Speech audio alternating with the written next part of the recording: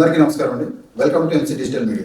నేను మీ మిథున్ చక్రవర్తి. వైఎస్ఆర్ కాంగ్రెస్ పార్టీలో అధికారంలో ఉన్న ప్రతిపక్షంలో ఉన్న నిరంతరం పోరాట దిశగా ఒక పోరాట యోధునిగా ముందుకెళ్తూనే ఉంటారు. ఎన్ని ఇబ్బందులు పెట్టినా, ఎన్ని ఇరకాటాలు పెట్టినా ఆయన అదే ఉత్సాహంతో, అదే తీరుతో ఆ యొక్క కార్యకర్తల్ని, ఆ యొక్క నియోజకవర్గ ఎమ్మెల్యే గారిని సమన్వయం చేసుకుంటూ ముందుకు తీసుకెళ్తూనే ఉంటారు. ఆ యొక్క ప్రముఖ వ్యక్తి ఎవరు అని అంటే ఏలూరు జిల్లా యువజన విభాగ అధ్యక్షులు, వైఎస్ఆర్ కాంగ్రెస్ పార్టీ దెందులూరు మండల అధ్యక్షులు మరియు శ్రీరామవరం గ్రామ పంచాయతీ ప్రెసిడెంట్ అయిన కామిరెడ్డి నాని గారితో మనం ఈరోజు ముఖాముఖిగా పడుతున్న ఇబ్బందులు కానీ నాని గారితోనే అన్ని కూడా తెలియజేయడం జరుగుతూ ఉంది. నమస్తే నాని గారు.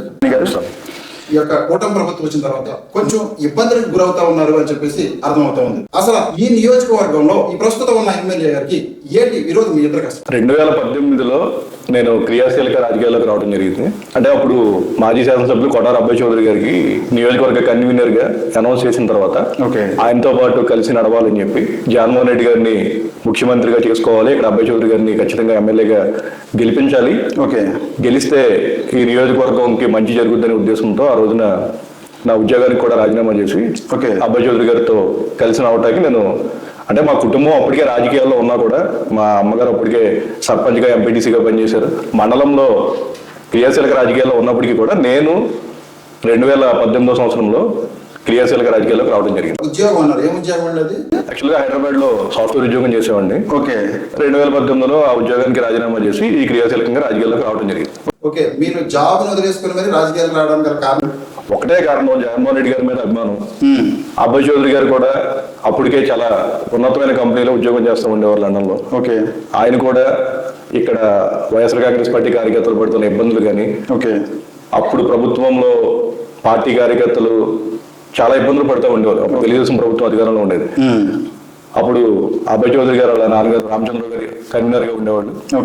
యువకుడు అయితే బాగుంటుందనే ఉద్దేశంతో మేమందరం కూడా అబ్బాయి చౌదరి గారిని రావాలని కోరగా ఆయన మంచి ఉద్యోగాన్ని కూడా వదిలి రాజకీయాల్లోకి వస్తానని చెప్పి ప్రకటించి జగన్మోహన్ రెడ్డి గారు ఆయన నియోజకవర్గ కన్వీనర్ గా అనౌన్స్ చేయడం జరిగింది అప్పుడు 2018లో. ఆయనతో పాటు మేము కూడా అప్పుడు ఆయన ఖచ్చితంగా ఆయన వెనకాల ఉండే ఆయన గెలిపించాలనే ఉద్దేశంతో ఉద్యోగాన్ని వదిలి కూడా రాజకీయాల్లోకి రావడం జరిగింది. నియోజకవర్గ ఎమ్మెల్యే గారి నోటి ద్వారా విన్నాను, ఆయన సొంత గ్రామం వదిలి బయట ఎక్కడో ఉంటున్నారు అని అంటున్నారు. దాన్ని మీరు ఏం సమాధానం చెప్తారు? ఈ దెందులూరు ఎమ్మెల్యే గారు చెప్పడం జరిగింది, నీ ఇల్లు వదిలి నువ్వు ఎక్కడ ఉంటా కారణాలు ఏంటని చెప్పి. యాక్చువల్ గా ఈ కూటమి ప్రభుత్వం అధికారంలోకి వచ్చిన తర్వాత వచ్చిన ఒక 15-20 రోజుల్లో అనుకుంటా అప్పుడు సిద్ధం సభల్లో అప్పుడు ఒక గొడవ జరిగింది మన 7వ మైల్ దగ్గర. అప్పుడు ఆ గొడవ జరిగితే ఇరు పార్టీల మీద కేసులు నమోదు చేయడం జరిగింది. ఈ కూటమి ప్రభుత్వం రాగానే ఏం చేశారంటే 324 గా నమోదు చేయబడిన కేసుని 307 కి మార్చి అటెంప్ట్ మర్డర్ కింద మార్చి ఏదో రకంగా వాళ్ళు అరెస్ట్ చేసి లోపలికి పంపించాలని ప్రయత్నం చేశారు. గవర్నమెంట్ వచ్చిన 15-20 రోజుల్లోనే అనుకుంటున్నా, తెలుసు 15-20 రోజుల లోపలనే. అందులో నన్ను, అబ్బాయి చౌదరి గారిని ఇంకో ముగ్గురిని ముద్దాయిలుగా పెట్టి ఆల్రెడీ ఉన్న FIR ఆల్టర్ చేసి 307 మార్చడం జరిగింది. అప్పుడు మేము అప్స్టాండింగ్ లో ఉండి దాదాపు హైకోర్టుకి వెళ్ళి బెయిల్ తెచ్చుకోవడానికి ఒక 2 నెలల సమయం పట్టింది. ఆ బెయిల్ వచ్చిన తర్వాత మా గ్రామానికి రావడం జరిగింది. కరెక్ట్ గా అప్పుడు జూలై 6వ తారీఖున బెయిల్ వచ్చింది. జూలై 7వ తారీఖున మా గ్రామానికి రావడం జరిగింది. గ్రామానికి రావడం జరిగితే జూలై 7వ తేదీ రాత్రి దాదాపుగా ఒక 300-400 మంది తెలుగుదేశం పార్టీ కార్యకర్తలు మొత్తం అందరూ కూడా పోగయి ఏదో విధంగా ఇవాళ ఇంటి చంపేయాలనే ఉద్దేశంతో ఆ రోజు వచ్చి మొత్తం మా ఇంటి మీద దాడి చేయడం జరిగింది. దాదాపుగా ఆ రోజున మొత్తం ఇల్లు ధ్వంసం చేశారు, నా పార్టీ ఆఫీస్ ధ్వంసం చేశారు, పార్టీ ఆఫీస్ కూడా ధ్వంసం చేశారు. నేను లోపల ఉన్నా, పోలీసు వాళ్ళు ఎవరో లేరు ఆ టైంలో. నేను లోపల ఉంటే ఏదో విధంగా తలుపులు పగల కొట్టి లోపలికి వచ్చి నన్ను చంపాలనే ఏకైక ఉద్దేశం ఆ రోజు. అలా దాదాపుగా ఎవరంటారు మొత్తం తెలుగుదేశం పార్టీ చుట్టుపక్కల ఉన్న కార్యకర్తలు, నాయకులు ఒకడని కాదు, దాదాపు 200-250 మంది ఉన్నారు ఆ రోజు అక్కడ. ఎవరు ప్రోత్సాహం అంటారు? ఎవరు ప్రోత్సాహం ఉంటుంది? అధికారంలో ఎవరున్నారు ఇక్కడ చెప్పగలరా? స్థానిక లోకల్ నాయకులు ఉన్నారు, మండల నాయకులు ఉన్నారు, అందరూ కలిసికట్టుగానే కలిసికట్టుగా వచ్చి దాడి చేశారు. నేను లోపల రూమ్ లో ఉండడం జరిగింది. ఏదో రకంగా తలుపులు పగలు కొట్టి లోపలికి వచ్చి నన్ను బయటికి లాగి చంపాలని ఉద్దేశం ఆ రోజున. అంటే అప్పుడు తెలుగుదేశం గవర్నమెంట్ వచ్చి ఒక 2 నెలలు అవుతుందంటే, మా ఏప్రిల్లో రిజల్ట్ వచ్చింది, ఇది జూలైలో ఇది జరిగింది, జూలై 7th జరిగితే దాదాపుగా 7:30 గంటలకు అలా స్టార్ట్ అయింది అది. నేను లోపల ఉన్నాను, మా కార్యకర్తలు కొంతమంది బయట ఉన్న కొంతమందిని కొట్టారు, బయట కొన్ని వెహికల్స్ ఉంటే అవన్నీ కూడా తగలబెట్టారు. Okay. ఇలా జరుగుతూ ఉంది. ఒక 5-6 పోలీసులు, 10 మంది 15 మంది పోలీసులు ఒక గంట తర్వాత వచ్చారు. వచ్చినా కూడా 250-300 మంది ఉన్నారు. వాళ్ళు ఎవరిని కూడా కంట్రోల్ చేయలేని పరిస్థితి. ఓకే. దాదాపుగా అలా దాడి జరుగుతూనే ఉంది. ఇల్లు పగల కొడతా ఉన్నారు, రాళ్ళు వేస్తా ఉన్నారు, ఇంకా వాళ్ళు ఇష్టం వచ్చినట్టు చేస్తా ఉన్నారు. 1:30-2 ఆ టైంలో అప్పుడున్న సీఏ గారు నాకు ఫోన్ చేయడం జరిగింది. సార్ ఇది ఇబ్బందికరంగా ఉంది మాకు, మీరు ఏదో రకంగా మేము మిమ్మల్ని బయటికి తీసుకెళ్తాం, మీరు కనుక ఇంట్లో ఉంటే ఇది ఆగదు, దయచేసి మాకు కోఆపరేట్ చేయండి అని చెప్పి అప్పుడున్న డిఎస్పీ గారు, సిఐ గారు, ఒక 4 ఎస్ఐలు, ఒక 10 మంది కానిస్టేబుల్ ఆ రోజు నాకు ఎస్కార్ట్ ఇచ్చి డిఎస్పీ గారు వెహికల్లో నన్ను ఆ గ్రామం నుంచి తీసుకురావడం జరిగింది. గ్రామం నుంచి తీసుకొచ్చి బయట ఎక్కడో వదిలిపెట్టడం జరిగింది. మళ్ళీ ఆ రోజు ఇంకో విచిత్రం ఏంటంటే, నా మీదే నన్ను చంపడానికి వచ్చి మా కార్యకర్తలను కొట్టి, మా ఇల్లు పగలగొట్టి, మా ఆఫీస్ పగలగొట్టి, మా కార్యకర్తల వెహికల్స్ అన్ని కూడా పగలగొట్టి తగలబెట్టి తిప్పి మళ్ళీ నా మీద 307 కేసు పెట్టారు. మళ్ళీ ఇంకొకటి 307 కాకుండా ఒకటేమో రేప్ కేసు, ఒకటేమో SC/ST, ఇంకొకటి ఏదో సంథింగ్. ఆ రోజు మళ్ళీ నా మీద 4 కేసులు కట్టారు. నా ఇంటి మీద దాడి చేసి తిప్పి మళ్ళీ నా మీద 4 కేసులు కట్టారు. నా మీద ప్రస్తుతానికి గవర్నమెంట్ వచ్చిన తర్వాత 15 కేసులు పెట్టారు. కూటమి ప్రభుత్వం వచ్చిన తర్వాత 15 కేసులు. 15 కేసుల్లో ఒక 4 మేజర్ కేసులు చెప్పండి. 4 అటెంప్ట్ మర్డర్లు ఉన్నాయి. 4 అటెంప్ట్ మర్డర్లు ఉన్నాయి. ఆఖరికి ఎంత దారుణం అంటే వీళ్ళు పెట్టే కేసులు ఎంత నవ్వు వస్తుందంటే, ఒక 6 నెలల క్రితం అనుకుంటా రాయన్నపాలెం అనే విలేజ్ లో వైఎస్ఆర్ కాంగ్రెస్ పార్టీ జిల్లా సమావేశం జరిగింది. ఆ రోజున అక్కడ బొత్స సత్యనారాయణ గారు మొత్తం అంతా పెద్ద నాయకులందరూ వచ్చారు. అక్కడ ఆ గ్రామంలో కరెంట్ పోల్స్ కి చంద్రబాబు ప్రభాకర్ గారి ఫ్లెక్సీలు ఉన్నాయి. అక్కడ కొన్ని ఆ రోజు దగ్గర 2,000 మంది కార్యకర్తలు వచ్చారు. మరి ఎవరన్నా కోపంతో ఆ ఫ్లెక్సీని ఏదన్నా చింపారో ఏం చేశారో మాకు తెలియదు, మేము మీటింగ్ లో ఉన్నాం. సాయంత్రానికి ఏం కేసు పెట్టారంటే, కామిరెడ్డి నాని ఫ్లెక్సీ చింపి ఫ్రేమ్ ఎత్తుకెళ్ళిపోయాడు అని చెప్పి సాయంత్రం కేసు పెట్టారు. కంప్లైంట్ ఇచ్చింది ఎవరంటే ఆ విలేజ్ తెలుగుదేశం పార్టీ నాయకుడు. ఇప్పుడు ఇంతకాలం మీరు ఫ్రేమ్ కోసం వెళ్ళి పెట్టారు. ఆ ఫ్లెక్సీ చింపి ఫ్రేమ్ కూడా ఎత్తుకెళ్ళిపోయాడు, కేసు పెట్టారు. మీకు చెప్తున్నా, ఈ నియోజకవర్గంలో ఎంత నీచంగా, ఎంత చండాలంగా కేసులు పెడతా ఉన్నారంటే, ఫ్లెక్సీ ఫ్రేమ్ దొంగతనం చేసామని చెప్పి పెడుతున్నారు. ఒక కేసు పెట్టారు కర్నూలు పోలీస్ స్టేషన్ లో. ఆ కంప్లైంట్ ఇచ్చింది ఎవరంటే ఆ గ్రామ తెలుగుదేశం పార్టీ అధ్యక్షుడు. అది పరిస్థితి. నేను గ్రామంలో ఉండకపోవటం ఏం కాదు, ఒక బెయిల్ రాగానే, ఒక 307 లో బెయిల్ రాగానే మళ్ళీ నేను వచ్చి తిరుగుతుంటే మళ్ళీ ఇంకో 307 పెడుతున్నారు. మళ్ళీ దాని బెయిల్ రావడానికి మళ్ళీ ఇంకో 2 నెలలు పెడుతుంది. మా గ్రామంలో సరే, నేను అక్కడ గ్రామంలో మా ఇంటి దగ్గర ఉండట్లేదు అన్నమాట వాస్తవం. కానీ నేను గ్రామంలో ఏ కార్యక్రమం ఉన్నా అటెండ్ అవుతున్నాను. మా కార్యకర్తలకు ఏ ఇబ్బంది వచ్చినా నేను వెళ్తా ఉన్నాను. కార్యకర్తలకి ఏదన్నా శుభకార్యాలు ఉన్నా వెళ్తా ఉన్నాను. ఏదైనా నేను వెళ్తా ఉన్నాను. గ్రామంలోకి వెళ్ళకపోవడం అంటూ ఏం లేదు. మండలంలో కానీ, గ్రామంలో కానీ, నియోజకవర్గంలో కానీ ఎక్కడ ఏ కార్యకర్తకి ఏ కష్టం వచ్చినా కూడా, ఎక్కడ ఏ ఇబ్బంది ఉన్నా కూడా వెళ్తానే ఉన్నాం. గ్రామంలో నాకు ఇబ్బంది ఏమీ లేదు అన్నారు కదా, మరి అదే గ్రామానికి మీరు వర్ధంతి కార్యక్రమానికి వెళ్ళినప్పుడు మీ మీద ఎందుకు దాడి చేయవలసి వచ్చింది? ఎవరు చేశారు ఆ దాడి? రాజశేఖర రెడ్డి గారు వర్ధంతి నేను ముందు రోజే షెడ్యూల్ వేసుకోవడం జరిగింది. ఆ రోజున మండలంలో ఎక్కడెక్కడ పాల్గొవాలి. ఆ రోజు ఉదయం 8 గంటలకి నేను శ్రీరామవరం గ్రామం వెళ్ళడం జరిగింది. అక్కడ రాజశేఖర రెడ్డి గారి విగ్రహానికి దండేసిన తర్వాత నివాళులు అర్పించి, అక్కడ ఆ రోజున దాదాపుగా గ్రామంలో ఒక 200 మంది వైఎస్ఆర్ కాంగ్రెస్ పార్టీ కార్యకర్తలు ఆ కార్యక్రమానికి హాజరయ్యారు. హాజరయ్యి నేను తిరిగి వేరే కార్యక్రమానికి ఏలూరు వైపు వెళ్తా ఉంటే, ఆ గ్రామానికి సంబంధించిన తెలుగుదేశం పార్టీ నాయకులు ఎవరైతే ఉంటారో అక్కడ ఏంటంటే రోడ్ వర్క్ జరుగుతుంది. ఆ రోడ్ సింగిల్ రోడ్, కారు తక్కువ ఉంది. వాళ్ళు ప్రీ ప్లాన్ గా ఉన్నారనుకుంటా, మనకి ఆ రోజు సమాచారం లేదు. నేను ఆ రోజున మరి ఆ కార్యక్రమానికి నేను వస్తానని వాళ్ళకి సమాచారం ఉంది, నాకైతే తెలియదు. కానీ ఆ కారు అడ్డం పెట్టి కారు ఆపడం జరిగింది.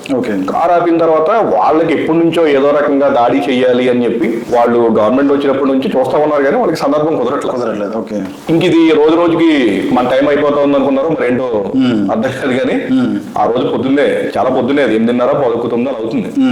మా గ్రామం దాటేసిన తర్వాత కారు అడ్డం పెట్టి ఆపడం జరిగింది. ఆపి వాళ్ళ కార్యకర్తలందరికీ ఫోన్ చేసుకుని వాళ్ళు ఆల్రెడీ ప్రీ ప్లాన్ గా ఉన్నట్టున్నారు, వాళ్ళందరూ వెంటనే రావడం జరిగింది. ఆ కారులో నుంచి ఆ వికెట్లు, తర్వాత రాడ్లు ఏవో తీసుకుని ముందు కారు ధ్వంసం చేయడం జరిగింది. అందులో కారు ముందు గ్లాస్ పగలగొట్టారు.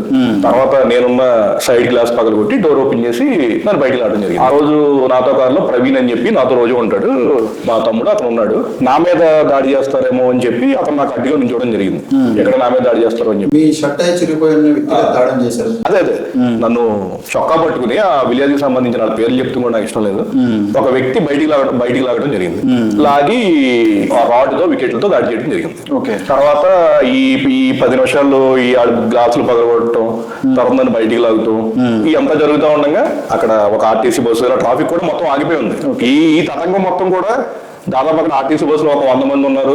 అక్కడ ప్యాసింజర్స్ వెళ్ళేవాళ్ళు మొత్తం ఆగిపోయి అందరూ చూస్తూనే ఉన్నారు. ఈ లోపల మా పార్టీకి సంబంధించిన కార్యకర్తలు కొంతమంది, ఆడ పార్టీకి సంబంధించిన కార్యకర్తలు కొంతమంది వచ్చి అక్కడ ఒక ఘర్షణ వాతావరణం స్టార్ట్ అయింది. ఈ లోపల దెందులూరు ఎస్ఐ గారు స్పాట్ లోకి వచ్చారు. స్పాట్ లోకి వచ్చి ఇది కరెక్ట్ గా అని చెప్పి వాళ్ళ మీద కేకలేసి అక్కడ నుంచి నన్ను పంపించేయడం జరిగింది. మీరు ఇప్పుడు మొన్న ఎమ్మెల్యే గారు అన్నారు కదా మీరు ఊళ్ళో ఎందుకు ఉండట్లేదని చెప్పి, ఆయన ఎంత తెలివిగా మాట్లాడుతూ ఉన్నారంటే ఊళ్ళో ఉండకుండా చేయాలి అని చెప్పి పథకాలు రచించారు కూడా వాళ్ళే. వీళ్ళ గవర్నమెంట్ వీళ్ళు పోలీసులు ఎలా వాడుకున్నారంటే ఆ రోజున నా మీద దాడి చేశారు. దాడి చేసిన అనంతరం నేను ఆ రోజు ఎస్పీ గారి ఆఫీస్ దగ్గరికి వెళ్ళడం జరిగింది. ఇలా దారి కాచి దాడి చేశారు, ఇది కరెక్టేనా అని చెప్పి అక్కడ ధర్నా కూడా కూర్చోవడం జరిగింది. అక్కడ వాళ్ళందరూ మాట్లాడి లేదండి వీళ్ళు కంప్లైంట్ ఉండి యాక్షన్ తీసుకుంటాం అని చెప్పి నన్ను సిఐ గారి దగ్గరికి పంపించారు. సిఐ గారి దగ్గర అక్కడ మాట్లాడిన తర్వాత నేను ఆయుష్ హాస్పిటల్లో అడ్మిట్ అవ్వడం జరిగింది. ఆయుష్ హాస్పిటల్లో అడ్మిట్ అయిన తర్వాత ఎంత దారుణం అంటే ఆ రోజు మా కార్యకర్తలు కూడా బయట ఒక 50-60 మంది ఉన్నారు. ఒక 200 మంది మళ్ళీ ఇక్కడ దాడి చేసింది ఇంకా సంతృప్తి చంద్రవాళ్ళు. మళ్ళీ ఆయుష్ హాస్పిటల్లో నేను ఐసీయూలో ఉంటే అక్కడ కూడా ఆయుష్ హాస్పిటల్లో కూడా దాడి చేసి ఏదో ఇంటి చంపేయాలని చెప్పి ఒక 200 మంది ఆయుష్ హాస్పిటల్ మీద వచ్చారు. నేను ఐసీయూలో ఉన్నా. ఐసీయూలో నిజంగా ఆ రోజున ఒక 7 మంది పేషెంట్లు ఉన్నారు బాగా సీరియస్. ఐసీయూ స్థాయికి వెళ్ళారు అంటే ఏం జరిగినట్టు గొడవ? హాస్పిటల్లో నుంచి కూడా నన్ను బయటికి లాగి ఏదో చేయాలని. మీరు ఐసీయూలో ఉన్నారు, మీరు అంటే ఏ రకంగా దాడి చేశారు? అంటే రిప్స్ పెయిన్ గా ఉందని చెప్పి ఇక్కడ కొడితే రిప్స్ పెయిన్ గా ఉందని చెప్పి హాస్పిటల్కి వెళ్ళడం జరిగింది. అక్కడ కూడా ఐసీయూలో కూడా వచ్చేసి బయటికి లాగి చంపేయడానికి ప్రయత్నం చేస్తూ ఉంటే అక్కడ హాస్పిటల్ స్టాఫ్ నిజంగా వీళ్ళు లోపల రాకుండా లోపల హాస్పిటల్ స్టాఫ్ ఐసీయూ డోర్ ని ఒక 5 వీళ్ళ లోపల రానివ్వకుండా గట్టిగా డోర్ ని పట్టుకుని లోపల ఉన్నారు. లేకపోతే ఐసీయూలో కూడా వచ్చేసి ఏదో చేయాలని. సీరియస్ గా కండిషన్ లో ఉన్న పేషెంట్స్ ఒక 7 మంది ఉన్నారు. ఈ లోపలికి వస్తే మన పేషెంట్ పరిస్థితి ఏమైనా కూడా నిజంగా తలుచుకుంటే కూడా భయంగా ఉన్నారు. చేశారు. మళ్ళీ అక్కడ కూడా పోలీసు వచ్చి మళ్ళీ సార్ ఇక్కడ ఇబ్బంది విజయవాడ వెళ్ళండి అని చెప్పి వాళ్ళకి అంబులెన్స్ అరేంజ్ చేసి హాస్పిటల్ కి వేరే రూట్ ఉంటే అంబులెన్స్ నా రూట్ రప్పించి ఒక 2 ఎస్ఐలు 3 సిఏలు వచ్చి నన్ను మళ్ళీ అంబులెన్స్ లో ఎక్కించి ఏలూరు దాటించడం జరిగింది. ఈ హాస్పిటల్ ఇష్యూలో మీతో మీ అధినాయకులు జగన్మోహన్ రెడ్డి గారు కూడా మీతో మాట్లాడినట్టున్నారు. ఆ గొడవ జరిగిన తర్వాత జగన్మోహన్ రెడ్డి గారికి ఈ విషయం అంతా తెలిసింది. ఇలా ముందు రోడ్డు మీద దాడి చేశారు, తర్వాత హాస్పిటల్కి వస్తే హాస్పిటల్ కూడా మళ్ళీ వచ్చి దాడి చేయడానికి ప్రయత్నం చేశారని చెప్పి జగన్మోహన్ రెడ్డి గారికి తెలిసి ఇంత నీచంగా ప్రవర్తిస్తున్నారని చెప్పి ఆయన నేను విజయవాడ హాస్పిటల్లో అడ్మిట్ అయిన తర్వాత జగన్మోహన్ రెడ్డి గారు కాల్ చేయడం జరిగింది. జగన్మోహన్ రెడ్డి గారు కాల్ చేసి నువ్వేమీ భయపడకు, నేను నీకు అండగా ఉంటాను అని చెప్పి ఆయన ధైర్యం ఇవ్వడం జరిగింది. ఆయనకి మీకు సన్నిహితం ఎలాంటిది అంటారు? నా జీవితం మొత్తం నేను జగన్మోహన్ రెడ్డి గారికి రుణపడి ఉండాలి. ఆయన నాతో ఆయనకు పనే ఉంటుంది. నేను దెందులూరులో ఒక సామాన్య కార్యకర్తని. నాకు ఇబ్బంది వస్తే జగన్మోహన్ రెడ్డి గారు నాకు ఫోన్ చేసి మాట్లాడాల్సిన అవసరం ఆయనకి లేదు కదా. ఒకటే మనం ఈరోజు పార్టీ కష్టపడే కార్యకర్తకి మనం భరోసా కల్పిస్తే వాళ్ళు ఇంకా ధైర్యంగా మన కోసం పార్టీ కోసం పోరాడతారనే ఒకే ఒక్క కారణంతో ఆ రోజు జగన్మోహన్ రెడ్డి గారికి ఎవరో నాకు ధైర్యం చెప్పడానికి ఆ రోజు నాకు కాల్ చేయడం జరిగింది. యాక్చువల్గా జగన్మోహన్ రెడ్డి గారిని నేను ఫస్ట్ కలిసింది 2018 సంవత్సరంలో. అప్పటి నుంచి కూడా ఎప్పుడు కలిసినా కూడా ఎంతో ప్రేమగా పేరు పెట్టి పిలిచి పలకరిస్తూ ఉంటారు. నిజంగా మాలాంటి వాళ్ళని కూడా ఆయన గుర్తుపెట్టుకుని పేరు పెట్టి పలకరించి మాట్లాడటం అనేది నిజంగా మా అదృష్టంగా మేము భావిస్తూ ఉంటాం. నిజంగా ఈరోజు జగన్మోహన్ రెడ్డి గారి నాయకత్వంలో పనిచేస్తున్నందుకు ప్రతిరోజు కూడా మేము గర్వపడుతూనే ఉంటాం. అంటే అన్న రాజకీయాల్లో ఎలా ఉంటుందంటే అన్న ఇప్పుడు మనం ఒక చెట్టును కొట్టాలనుకుంటే డైరెక్ట్ గా చెట్టు నరకం. మనం ముందు కొమ్మలను కొట్టేస్తే చెట్టు నరకడం ఈజీ. ఈ నియోజకవర్గంలో కూడా పరిస్థితి ఎలా ఉందంటే అభయ్ చౌదరి గారిని వీక్ చేయాలనంటే అభయ్ చౌదరి గారి చుట్టుపక్కల ఎవరైతే ముఖ్య నాయకులు ఉన్నారో వాళ్ళందరినీ కూడా భయపెట్టి ఏదో రకంగా రాజకీయాలకి దూరంగా ఉంచితే కనుక ఇక్కడ అభయ్ చౌదరి గారిని వీక్ చేయొచ్చు. అదే ఉద్దేశంతో కేసులు పెడతా ఉన్నారు. దాదాపుగా ఇప్పుడు 15 కేసులు పెట్టారు. స్వయంగా ప్రభాకర్ గారే చెప్పారు ఖచ్చితంగా సాంబార్ అన్నం తినిపిస్తానని చెప్పి. సాంబార్ అన్నం తింటాకైనా రెడీ ఎందుకంటే వాళ్ళ అధికారంలో ఉన్నారు. ఇంకా 3 ఏళ్ళు అధికారంలో ఉంటారు. వాళ్ళు సాంబార్ అన్నం ఏం తినిపిస్తారో ఇంకేం చేస్తారో అన్నింటికి సిద్ధపడే జంతువుల నియోజకవర్గంలో రాజకీయాల్లో ఉన్నాం. ఈ 3 ఏళ్ళు వాళ్ళ ఇష్టం, వాళ్ళు ఏం చేసుకుంటారు. కానీ మీకు ఒకటే చెప్తా ఉన్నా, వాళ్ళు ఎన్ని చేసినా అంతే గట్టిగా పార్టీ కోసం నిలబడతాం. ప్రతి పార్టీ కార్యకర్తకి కూడా అనగం. ఏమవుద్దన్న కేసులు పెడితే 15 కేసులు పెట్టారు. విచిత్రమైన కేసులు అన్ని పెడతారు వీళ్ళు. ఆ రోజు రోడ్డు కాచి నా మీద దాడి చేశారని చెప్పి అన్ని మీడియా ఛానల్ వచ్చింది. ఆఖరికి ఏబిఎన్ ఆంధ్రజ్యోతిలో ఇంట్లో కూడా వచ్చింది. తిప్పిళ్ళు ఏం కేసు పెట్టారు తెలుసా? నా మీద దాడి చేసిన తర్వాత ఎంత మీడియాలో వచ్చి అలరవుతుంటే, నా మీద దాడి చేయటానికి 4 రోజుల ముందు మా విలేజ్ లో ఒక అతను తప్ప తాగి అతని ఇంటి దగ్గరే పడిపోతే తలకి దెబ్బ తగిలింది. ఆ రోజు సాయంత్రం అతను హాస్పిటల్కి వెళ్ళి స్టిచ్ చేసుకుని ఇంటికి వచ్చేసాడు. ఊరు మొత్తం తెలిసేది, ఊరు మొత్తం చూశారు కూడా. వీళ్ళు నా మీద దాడి చేసింది సెప్టెంబర్ 2వ తారీఖున. నాకంటే దాడి కంటే 3 రోజుల ముందు అతనికి తలకి దెబ్బ తగిలి హాస్పిటల్కి వెళ్ళి స్టిచ్ చేసుకొచ్చాడు. నా మీద దాడి చేసి అది ఇలా మొత్తం స్ప్రెడ్ అయ్యి వాళ్ళ పార్టీకి బ్యాడ్ నేమ్ వస్తుందని చెప్పి ఒక స్టోరీ లేదు. అతని మీద దాడి చేస్తే, దాడి చేసిన తర్వాత నేను పారిపోతుంటే నన్ను వచ్చి ఆపి మావోడిని ఎందుకు కొట్టావని చెప్పి మిమ్మల్ని అడిగారు. గ్రామస్తులు నన్ను కొట్టారని చెప్పి ఆల్రెడీ దెబ్బ తగిలిన తీసుకొచ్చి గవర్నమెంట్ హాస్పిటల్లో పడుకోబెట్టి వాడికి ఎమ్మెల్సీ చేపించి మీడియాకి స్టోరీ అల్లి బయటికి వదిలి మళ్ళీ తిప్పి నా మీద అటెంప్ట్ మర్డర్ పెట్టారు. ఈ నియోజకవర్గంలో ఇది పరిస్థితి. కేసుల పరంపర. మళ్ళీ ఆ అటెంప్ట్ మర్డర్ కేసులో మళ్ళీ హైకోర్టుకి వెళ్ళి బెయిల్ చేసుకోవడానికి మళ్ళీ ఇంకో 2 నెలలు పెట్టింది. అసలు మిమ్మల్ని ఎందుకు టార్గెట్ చేస్తారు? ఎక్కడ నుంచి స్టార్ట్ అయింది మీ ఇద్దరికి అసలు? ఇప్పుడు ప్రభాకర్ గారు 3 సార్లు ఎమ్మెల్యే, 3వ సారి ఎమ్మెల్యేగా ఉన్నారు ఆయన. 2019వ సంవత్సరంలో మా గ్రామంలో ఆయన ఏదో ఒక ఎస్ ఏరియాలో దళితులకు మీకెందుకు రాజకీయాలు ఆ కాన్సెప్ట్ లో ఒకటి మాట్లాడటం జరిగింది. అది 2019 ఫిబ్రవరి నెల అనుకుంటా. ఎలక్షన్ దగ్గరలో ఇంకా 3-4 నెలలు ఉంది ఎలక్షన్ కి. రాష్ట్ర వ్యాప్తంగా వైరల్ అయ్యి చాలా పెద్ద ఇష్యూ అయింది. ప్రభాకర్ గారికి ఎవరు చెప్తారో ఏంటో నాకైతే తెలియదు, కానీ ఆ వీడియో నేనే బయటికి పెట్టినట్టు నాకంటే ముందు కొన్ని వేల మంది ఫేస్బుక్ లో పెట్టారు. నేనే ఆ వీడియో బయట పెట్టినట్టు, నా ద్వారానే ఇది బయటికి వెళ్ళిందని, నేనే ఆ వీడియోని సృష్టించానని చెప్పి ఆ రోజు నా మీద కేసు పెట్టడం జరిగింది. కత్తులు రవి గారు అని చెప్పి ముందు A1 గా ఆయన పెట్టారు, A2 గా నన్ను పెట్టారు. పెట్టి నా మ్యారేజ్ అయిన నెక్స్ట్ డే నన్ను అరెస్ట్ చేసి తీసుకెళ్ళడం జరిగింది. ఆ రోజు ఏమైందంటే, అరెస్ట్ చేసి తీసుకెళ్లిన తర్వాత అది 3 టౌన్ పోలీస్ స్టేషన్ లో కేసు యాక్చువల్గా ఏలూరు. నన్ను అరెస్ట్ చేసి తీసుకెళ్లిన తర్వాత ఆ రోజు కొన్ని వేల మంది స్టేషన్ ముందుకు వచ్చి ధర్నా చేయడం జరిగింది. మీ తరపున నాకు తెలిసి అప్పటి వరకు వైఎస్ఆర్ కాంగ్రెస్ పార్టీలో ఒక నాయకుడిని అరెస్ట్ చేస్తే అంతమంది బయటకు వచ్చి చేసింది ఎప్పుడు లేదు. 2014 నుంచి 19 మధ్యలో అంతమంది వచ్చి చేసేపాటికి అప్పుడు పోలీస్కి ఏం చేయాలి అర్థం కదా. దాదాపుగా అర్ధరాత్రి 2-3 అయిపోయింది. అప్పుడు ఏం చేశారంటే 3ంటికి కొన్ని వేల మంది అలాగే ఉన్నారు వెళ్ళకుండా 4ంటికి నన్ను మ్యాజిస్ట్రేట్ గారి ఇంటికి రిమాండ్ కి తీసుకెళ్ళడం జరిగింది. జగన్మోహన్ రెడ్డి గారికి నేను ఎందుకు రుణపడి ఉండాలంటే, ఆ విషయం జగన్మోహన్ రెడ్డి గారికి తెలిసి కొనవోలు సుధాకర్ రెడ్డి గారు అని చెప్పి ఆయన పర్సనల్ ఆయన్ని ఏలూరు పంపడం జరిగింది ఆ కేసులో. ఆయన వచ్చి స్థానికంగా లక్ష్మీ కుమార్ గారు అని చెప్పి ఒక లాయర్ గారు ఉండేవాడు. ఆ రోజు అబ్బాయి చౌదరి గారు, కోటగిరి శ్రీధర్ గారు, ఆళ్ళనాని గారు అప్పుడు మొత్తం అంతా కూడా స్టేషన్ దగ్గర ఉన్నారు నైట్ అంతా కూడా. ఆ రోజున రిమాండ్ రిజెక్ట్ చేయడం జరిగింది. సోషల్ మీడియా దాంట్లో రిమాండ్ ఎలా తీసుకొస్తారని చెప్పి మేజిస్ట్రేట్ గారు రిమాండ్ ఇవ్వలేదు. ఆ రోజు మొదలు ఆ వీడియో గురించి మొదలు అక్కడ నుంచి మొదలైంది. ఈ రోజు ఇది పరిస్థితి. అది 20 నిమిషాల వీడియో ఉంది. అది ఎవరో మొక్కలు ఎతికిచ్చి కట్ చేసి పెట్టిన వీడియో అయితే కాదు. ఆ 20 నిమిషాల వీడియోలో ఈయన ఏదైతే మాట్లాడారో ఆ 2 నిమిషాలు మాత్రం పోస్ట్ చేయడం జరిగింది. అంతేగాని ఎవరో మొక్క కట్ చేసి వెనకాల మొక్క కట్ చేసి అతికిచ్చి అదేం కాదు. కావాలంటే మీరు ఒరిజినల్ వీడియో ఇప్పటికీ ఉంటుంది, మీరు చూడొచ్చు. మేము మీ మీద కేసులు పెట్టట్లేదు, మీ భార్యను మీ మీద కేసు పెట్టిందని అన్నారు. దాన్ని ఏం చెప్తారు మీరు? ఇప్పుడు రాజకీయాల్లో ఏదైనా పబ్లికే. నాకు వ్యక్తిగత సమస్యలు ఉన్నాయని చెప్పి దాన్ని రాజకీయం చేసి లబ్ధి పొందడానికి ఎవరు చూసారో ఈ నియోజకవర్గంలో ప్రతి ఒక్కరికి తెలుసు. కేసులు మీరు పెట్టలేదు అంటున్నారు కదా, నా మీద నమోదైన ఎఫ్ఐఆర్లు మొత్తం 15 ఎఫ్ఐఆర్లు మీకు ఇస్తారు. అందులో కంప్లైనెంట్ ఎవరు, అతను ఏ విలేజ్, అతను తెలుగుదేశం పార్టీ నాయకుడా కదా మీకు చెప్తా, మీరే వెరిఫై చేయండి.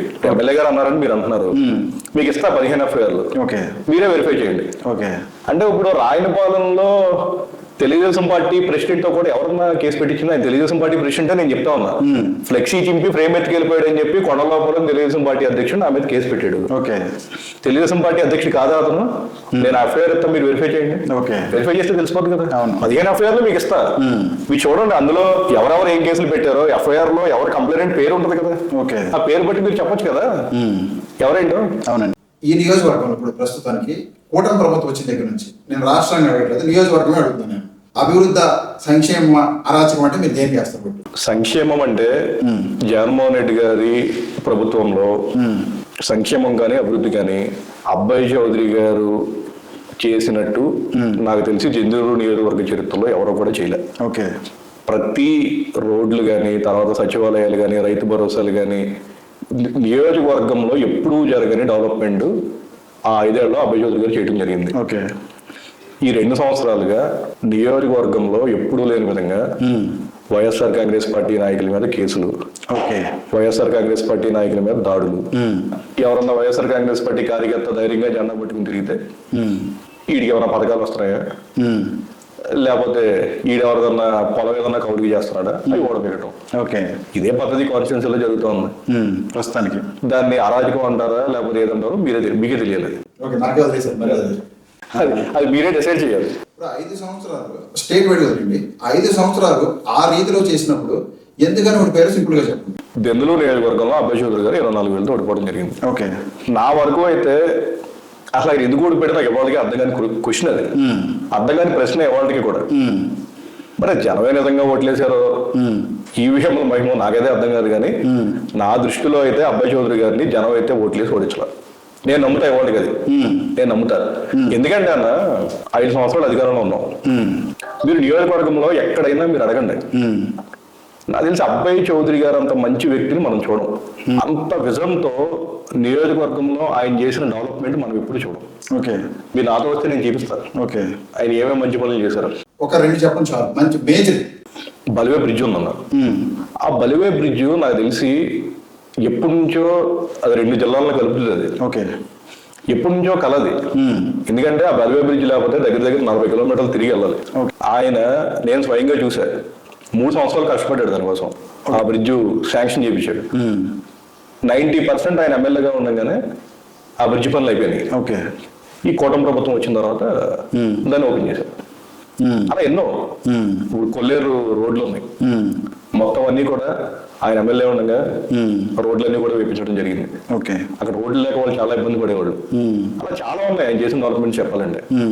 ఇప్పుడు ఓడిపోవడం అనేది నేను చెప్పాను కదా, నేనైతే నమ్మట్లా. జనం ఓట్లు వేసి అయితే ఓడిచ్చారని నేనైతే నమ్మకపోయినా ఓటమే. అంటే నా వ్యక్తిగతంగా నేనైతే ఆయన జనం ఓట్లేసి ఓడిచ్చారని నేనైతే అనుకోవట్లేదు. ఓకే. మరి ఏ రకం పడారనంటారు? దేవుడి తెలియాలన్నా అది ఈ ఫ్యామిలీ మరి ఏంటో నాకే తెలియదు, కానీ నేనైతే నమ్మట్లేదు జనం ఓట్లేసి ఓడిచ్చారు. ఓకే అండి. కామిరెడ్డి నాని గారు గ్రామ స్థాయి, మండల స్థాయి, నియోజకవర్గ స్థాయి, జిల్లా స్థాయి, యువజన విభాగం వదిలేయండి. నేను ఒక సామాన్య కార్యకర్తను పార్టీలో సామాన్య కార్యకర్తను ఉన్నా. ఓకే. ఏముంది, ఇది చాలా తెలుగు చెప్పారు. నేను పార్టీలో సామాన్య కార్యకర్తగా చెప్పుకోవడానికి ఇష్టపడతా. ఓకే. అబ్బాయి చౌదరి గారు ఇప్పుడు నువ్వు జిల్లా యువజన విభాగ అధ్యక్షుడిగా ఉండాలి, నువ్వైతే బాగుంటుంది అని చెప్పి రికమెండ్ చేశారు. ఓకే. రికమెండ్ చేస్తే మా జిల్లా పార్టీ అధ్యక్షులు దోలం నాగేశ్వరరావు గారు ఓకే బాగుంటుంది అని చెప్పి యువజన విభాగ అధ్యక్షుడిగా పెట్టడం జరిగింది. తర్వాత మండల కన్వీనర్ గా వచ్చినప్పుడు మా మండలంలో అన్ని గ్రామాల కార్యకర్తలు నాయకులందరూ కూడా మీరు ఉంటే బాగుంటుంది అని చెప్పి సజెస్ట్ చేస్తే మండల కన్వీనర్ గా ఉన్నా.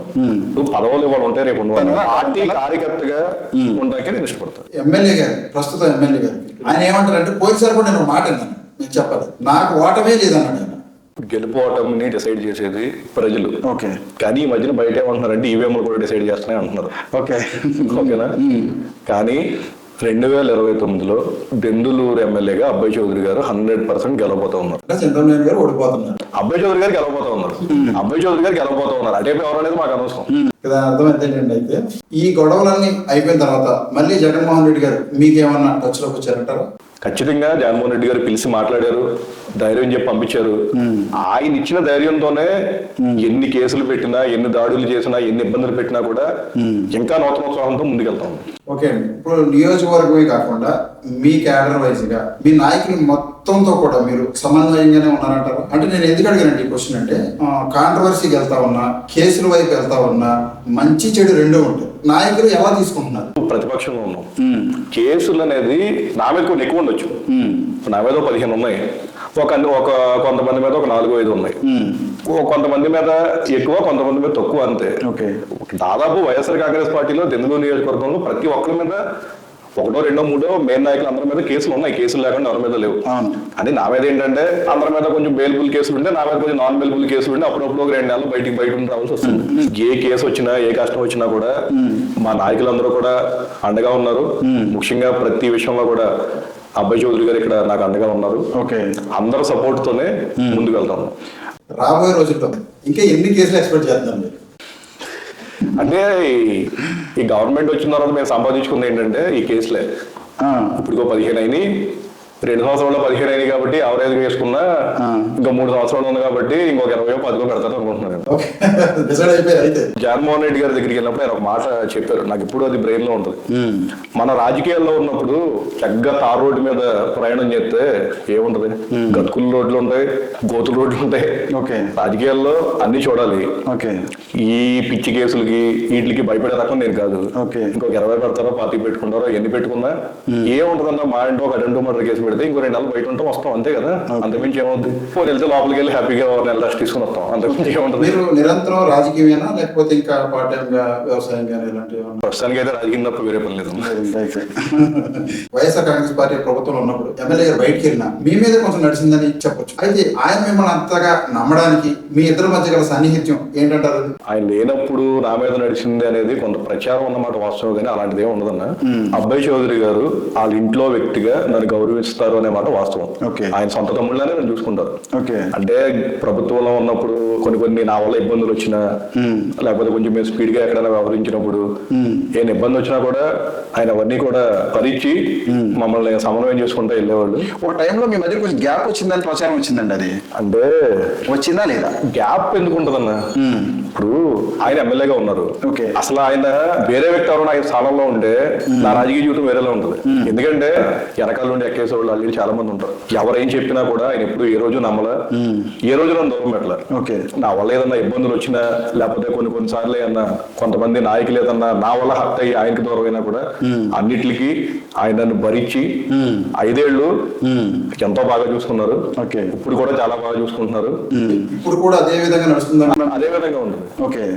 నేను పనిచేసేది 2 గోల్స్ తో అన్న. ఒకటి జగన్మోహన్ రెడ్డి గారిని ముఖ్యమంత్రిగా చూడాలి, ఒకటి అబ్బాయి చౌదరి గారిని ఎమ్మెల్యేగా చూడాలి, మంత్రిగా చూడాలి ఈసారి. ఆ 2 గోల్సే తప్ప నాకు ఇంకా రాజకీయాల్లో వేరే మోటివ్ అంటే ఏమి లేదు. తర్వాత నేను రాజకీయాల్లో కాకుండా నా జీవితంలో అబ్బాయి చౌదరి గారు అంత మంచి వ్యక్తిని నేను ఇప్పటివరకు చూడలేదు. రాజకీయాల్లో అంత మంచిగా ఉండే వ్యక్తులు చాలా తక్కువ మంది ఉంటారు. ఇంటి దగ్గరే పోలీసులు మిమ్మల్ని బయటకి రమ్మని అరెస్ట్ చేయాలి మిమ్మల్ని పిలుస్తా ఉన్నారు, మీరేమో దానికి ఏ క్వశ్చన్స్ అడుగుతా ఉన్నారు అని ఇక్కడే అన్నది. అది కూడా ఎప్పుడో 2022లో జరిగిన గొడవకి కేసు పెట్టి పొద్దున 6ంటికి ఎక్కడికి వచ్చి అరెస్ట్ చేసి తీసుకెళ్ళడం జరిగింది. దానికి మొన్న కేసు కట్టారు, కూటమి ప్రభుత్వం వచ్చిన తర్వాత కేసు కట్టి ఎక్కడికి వచ్చి అరెస్ట్ చేసి తీసుకెళ్ళడం జరిగింది. తీసుకెళ్లిన తర్వాత ఆ రోజు నైట్ 9:30కి మేజిస్ట్రేట్ గారి ముందు ప్రొడ్యూస్ చేస్తే నిజంగా ఈ సందర్భంగా నేను ఒక వ్యక్తికి ధన్యవాదాలు చెప్పాలి. ఒక 4-5 అటెంప్ట్ మర్డర్ కేసుల్లో నన్ను జైలుకి వెళ్లకుండా కాపాడిన వ్యక్తి, అక్రమంగా కేసులు పెట్టి అన్యాయంగా కేసులు పెట్టి ఇబ్బందులు పాలు చేస్తా ఉండే నిజంగా నాకు అండగా నిలబడి కాపాడిన వ్యక్తి ఇడిపేటి శ్రీనివాస్ గారికి సందర్భంగా నేను ధన్యవాదాలు తెలియజేసుకుంటాను. ఆ రోజున తెల్లవాళ్ళు వాదన జరిగినాయి. 9:30కి స్టార్ట్ అయితే మార్నింగ్ 4:30కి జడ్జిమెంట్ ఇచ్చారు. ఆ జడ్జిమెంట్ టైంలో జడ్జి గారు కూడా చెప్పడం జరిగింది, ఈ అరెస్ట్ ఇల్లీగల్, మీరు ఎలా అరెస్ట్ చేసి తీసుకొస్తారని చెప్పి అప్పుడున్న పెదవేగి ఎస్హెచ్ఓ గారికి కూడా మెమో కూడా ఇవ్వడం జరిగింది. అది పెద్ద సెన్సేషన్ అయింది. ఎస్ఐ గారికి మెమో కూడా ఇవ్వడం జరిగింది. ప్రతి కేసులో ఇప్పుడు 4 అటెంప్ట్ మర్డర్లు పెట్టారు. ప్రతి కేసులో కూడా అక్కడ పోలీసులకి ఎదురు దెబ్బ తగులుతూనే ఉంది. ఎందుకంటే ఎన్ని ఫిక్సప్ కేసులు, తప్పు మన వైపు లేకపోయినా కూడా ఏదో రకంగా లోపల పంపించాలని చెప్పి కేసులు పెడతా ఉన్నారు. ప్రతి కేసులో కూడా జడ్జి గారు ఏదో ఒకటి మందలించడమో, లేకపోతే వీళ్ళు పెట్టిన 307 సెక్షన్ తీసేయడమో ఇలా జరుగుతూనే ఉంది. మొన్న కేసు మాత్రం ఇక్కడ జిల్లా కోర్టులో బెయిల్ దాకపోతే హైకోర్టులో ఇదే ఇడిపేటి శ్రీనివాస్ గారు వాదించి బెయిల్ తీసుకొచ్చారు.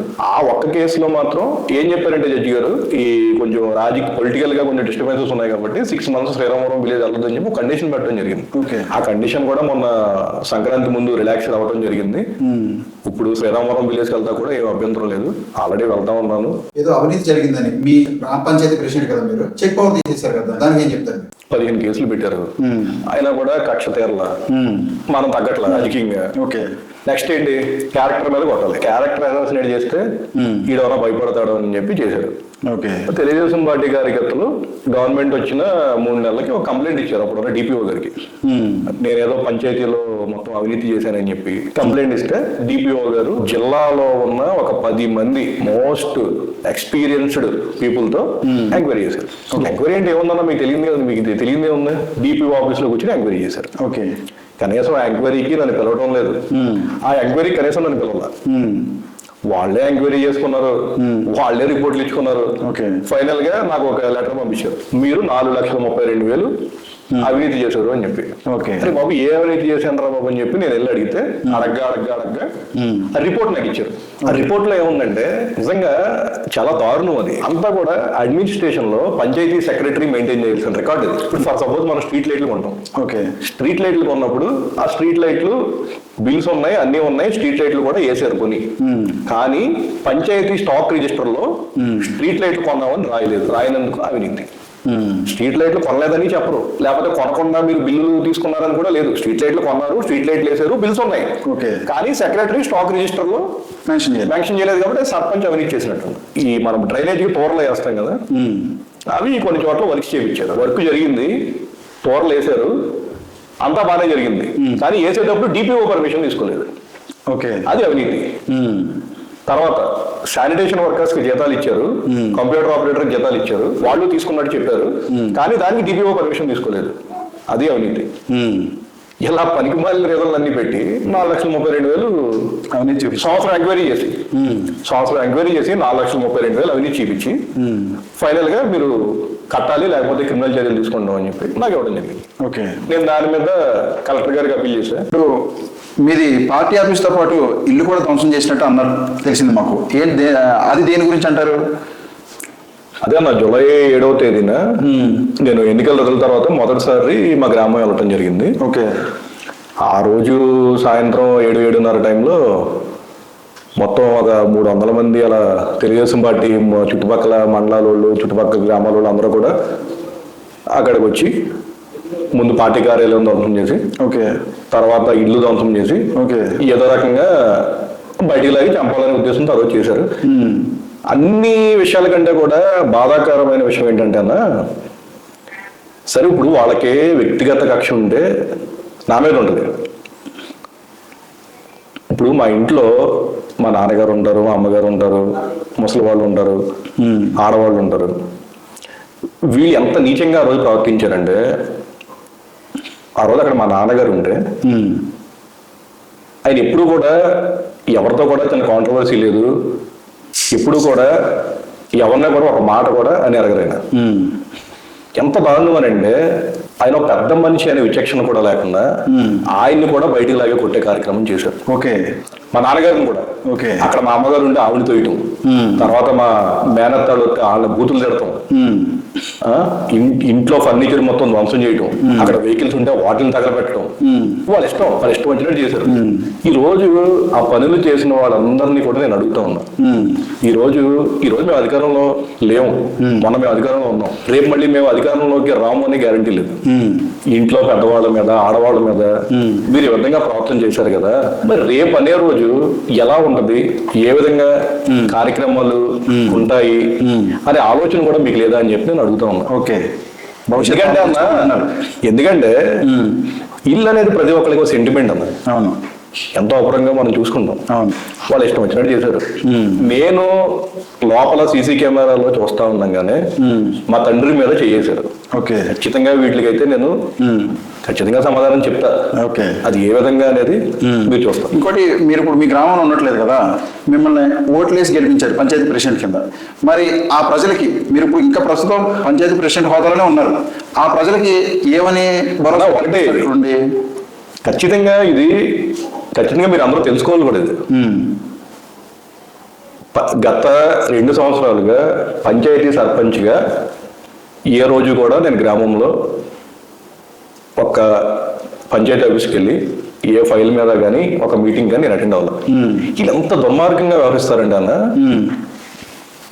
ఒకరోజు ఒక కంప్లైంట్ పెట్టారు, పంచాయతీ ప్రెసిడెంట్ గారు గ్రామంలో ఉండట్లేదు, ఆయన అందుబాటులో లేకపోవడం వల్ల గ్రామంలో అభివృద్ధి మొత్తం కుంటుపడిపోతా ఉంది, మీటింగ్లు జరగట్లేదు, ఇమీడియట్ గా గ్రామ పంచాయతీ మీటింగ్ పెట్టేలా చూడండి అని చెప్పి డిపిఓ గారికి కంప్లైంట్ పెట్టారు. ఓకే. ఆవిడ నన్ను పిలిచి అడిగింది, నాకు ఎటువంటి అభ్యంతరం లేదమ్మా, మీరు మీటింగ్ పెట్టండి, నేను వస్తానని చెప్పడం జరిగింది.